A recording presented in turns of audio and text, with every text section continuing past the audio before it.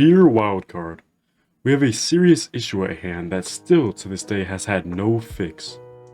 I am referring to the issue of artifacts residing within caves with no alternate way to obtain them.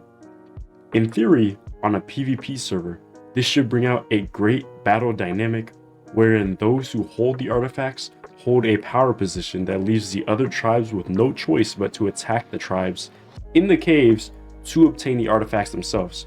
In practice, however, this is completely unfeasible, especially on the new Scorched Earth map on ASA.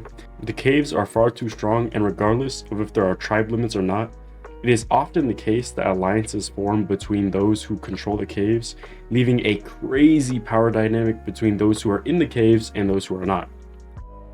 Some have suggested to have exterior artifact spawns in front of the caves or around them. However, this will lead to the exact same problem because players will just put turrets around the cave or around the new artifacts. Here is my proposed fix. Leave the artifacts where they are within the caves, then create an entirely new supply drop or just add a new color.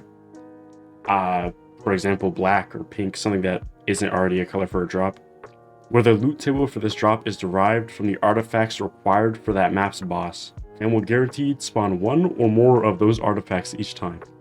For example, Scorched has 3 artifacts, so this new artifact supply drop will give at least one or more of those artifacts each time. This will mean players can farm for the boss fights without having to step foot in the caves. Once implemented, this will even out the power dynamic between caves and land bases without actually having to edit the caves, and it will also maintain the player count across servers, as players will no longer have this boss barrier in the way, which will in turn allow players to fight at a more equal level because other players can then use their own boss engrams and element to go to war with those who are in the caves. I will be sending in tickets to Wildcard as well as posting these suggestions on their forums.